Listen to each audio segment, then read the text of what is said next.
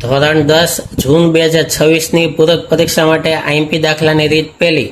શૂન્યનો સરવાળો 9 અને ગુણાકાર 14 હોય તેવી દ્વિઘાત બહુપદી શોધવાની છે.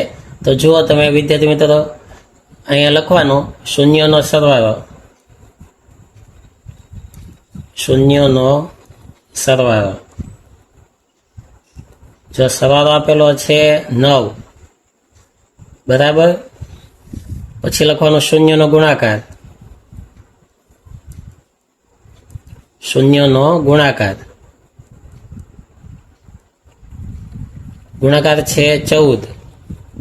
હવે તેમનું સૂત્ર, શૂન્યના સરવાળાનું સૂત્ર છે -b/a બરાબર 9.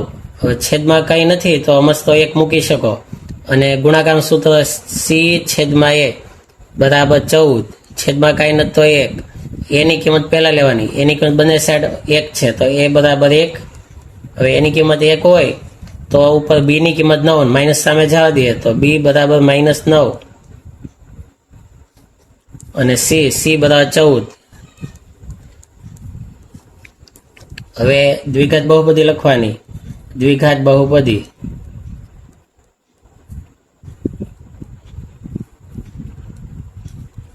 એનું સૂત્ર છે ax² + bx + c. હવે એની કિંમત 1x², b ની કિંમત -9 -9x, c ની કિંમત 14 + 14. તો આ એનો જવાબ. અથવા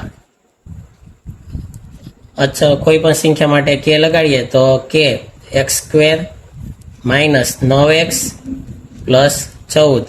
તો આ ખૂબ આઈએમપી દાખલો છે. Thank you very much.